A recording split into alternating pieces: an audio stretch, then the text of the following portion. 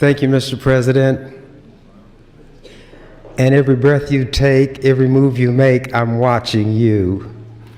Members of the legislature, these kind of issues are very easy for me to resolve in terms of how I will act on them.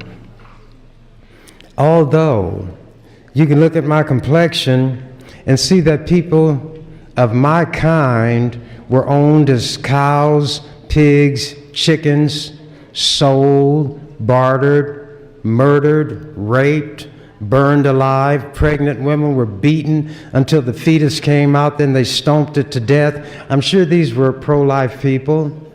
I'm going to tell you why I say that. That should have filled me with hatred for everything white and everything not black.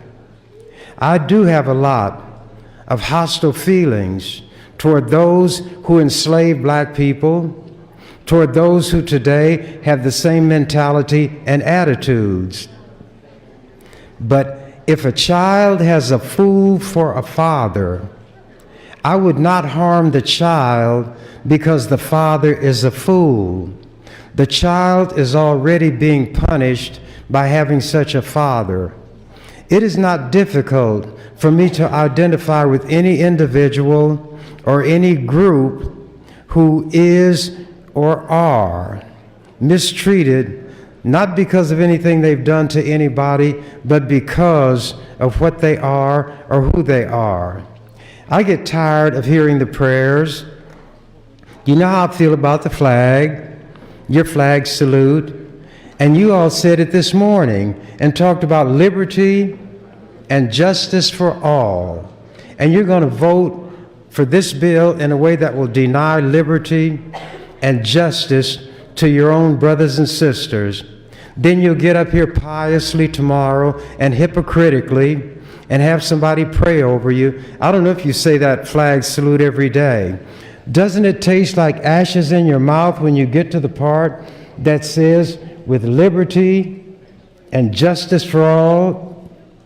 How about when you take God's name in vain? One nation under God, it's not one nation. And based on what I learned about God when I was a little child and didn't know any better, it certainly is not godly. Indivisible.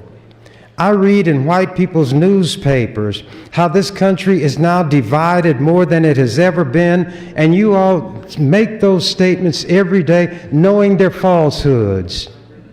It's not difficult for you to do things that hurt your brothers and sisters because your conscience is seared and you no longer see them as human beings, because they are put on the outer edges. They are put on the underside of the garment. They are treated as things and not people. I identify with their plight, even though I'm sure there are racist members in the LGBTQ community. But if A is a racist, why should I get at B just because B is closer to me or near and within my reach?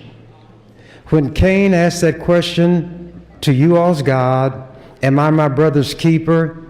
I give an answer that the Christians and religious people do not. My answer is yes, I am my brother and my sister's keeper. And if a God there be, were talking and he'd say something to me along that line, 1 minute. It wouldn't be in the form of a question. It would be, Chambers, if I could get those who say they worship me to be as concerned about their brothers and sisters as you are, then we could close churches, we could close mosques, we could close temples, we could close lodge halls, and just let people go about their business, leaving others alone, helping where help is needed, but certainly not putting into the law something that is going to hurt people when it comes to trying to provide a living for themselves and their families. One of the first tenets of Catholic social justice is that a person's entitled to make a living. Thank you, Mr. President. Thank you, Senator Chambers.